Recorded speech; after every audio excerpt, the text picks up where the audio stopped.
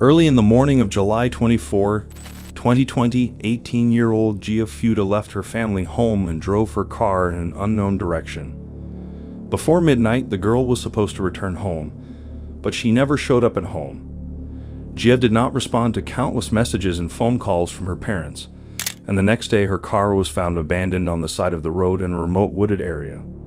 The suspicious disappearance of the girl kept the entire public in great suspense for several days, but a week later it became known what actually happened to her. Gia Fuda lived with her parents in the small town of Maple Valley. On the morning of Friday, July 24, before leaving the house, the girl drank a can of sparkling water and, without telling her parents where she was going, got into her silver Toyota. The girl usually visited one of the college campuses in the neighboring city of Bellevue, where she spent almost the entire day doing academic assignments on the computer, and returned to her home late in the evening. Until the evening, her parents, Christina and Bob, did not worry about anything. The couple thought that, as always, their daughter was studying, although Gia this time did not say a word about her route. At approximately 11:30 p.m., Gia's parents began to become concerned. They called and texted their daughter, but never received any response. At 1 a.m., the couple called the police to report Gia missing. Initially, sheriff's office detectives did not understand where exactly to start searching for the girl, because she could go anywhere by car and cover a huge distance. Meanwhile, detectives decided to analyze Gia's home computer and notebook for any clues. The next day, a Department of Transportation employee was driving along a regular highway. Suddenly, an employee noticed a car parked on the side of the road. It was a silver Toyota, but the driver was nowhere to be seen, and surprisingly the car was abandoned in a place where there was no communication or infrastructure, and endless forests stretched on both sides of the highway. Then the man immediately dialed the police number and the patrol arrived at the indicated place. Upon inspection of the vehicle, the car body looked intact. There were no traces of technical fluids on the ground, and all four doors were locked. Nevertheless, the police could clearly see the entire interior of the car, since all the windows were transparent. Officers checked the vehicle's license plate and found that the vehicle in question belonged to the missing Gia Fuda. But why her Toyota was almost 100 miles from home, law enforcement agencies had to find out. A few hours later, the Gia was opened and detectives discovered there was no gas in the tank.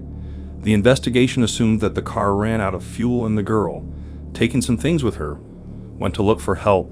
But on the other hand, the situation looked quite suspicious, since Gia's parents could not explain why their daughter's car was so far from home when she usually attended college, which was 5 times closer to where the car was found.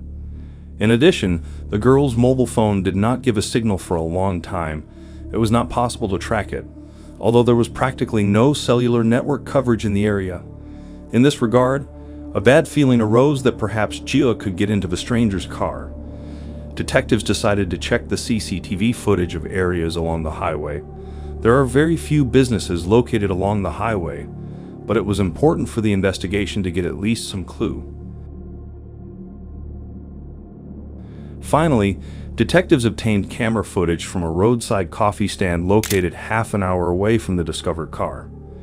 At about 11:15 a.m., July 24, the camera captured a girl in a car parking lot, and apparently at that moment Gia was alone and everything was fine with her.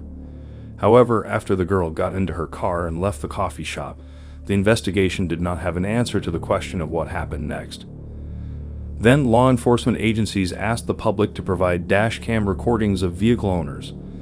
The police were interested in any witnesses who drove along the specified section of the motorway during a certain period of time on July 24.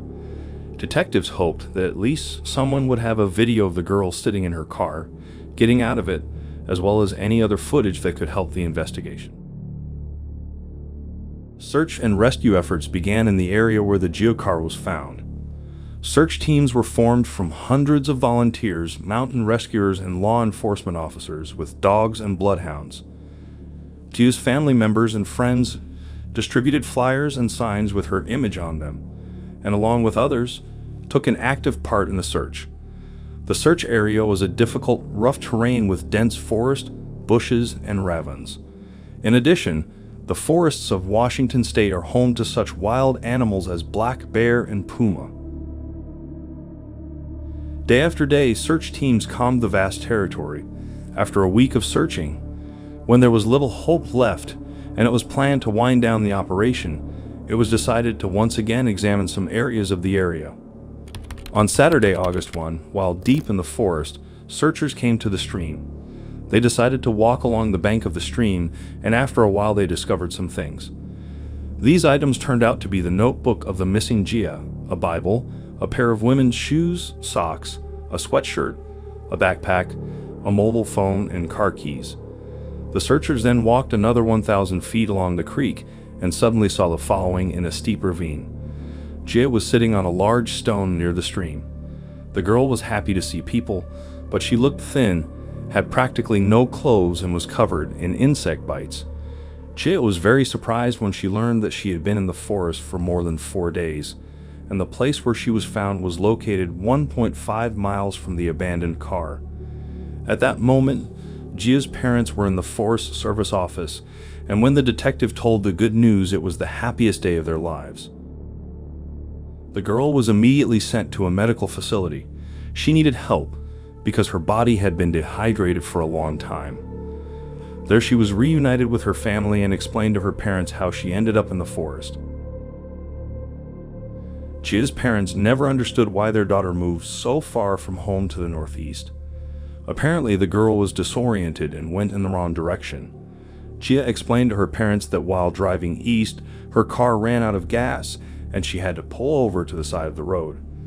At that moment, Gia panicked because it was a remote section of the highway where there was cellular communication, and on both sides of the road there were only continuous forests. The girl decided to go on foot to a gas station in a neighboring town for help. Gia did not understand what distance she actually needed to travel, but the distance between her car and the gas station was 10 miles. The girl decided that it was unsafe along the